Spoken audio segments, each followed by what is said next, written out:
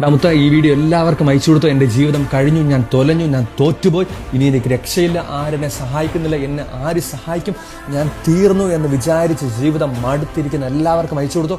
കർത്താവിന് എന്തൊക്കെയോ അവരോട് പറയാനുണ്ട്.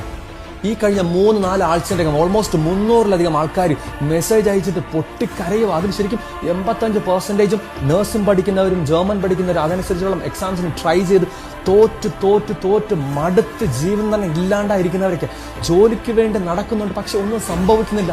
എന്ത് ചെയ്യണമെന്നറിയില്ല. കാണുന്നവർക്ക് എൻ്റെ കണ്ണുനീര് കണ്ട് കളിയാക്കി ചിരിക്കുന്നൊക്കെ കേൾക്കാൻ പറ്റുന്നുണ്ട്. പക്ഷെ ഒരു രക്ഷയില്ല. കർത്താവ് പോലും എൻ്റെ പ്രാർത്ഥന കേൾക്കുന്നില്ല. അപ്പനമ്മയ്ക്ക് പോലും എന്നോടുള്ള കോൺഫിഡൻസ് നഷ്ടപ്പെട്ടിരിക്കുക.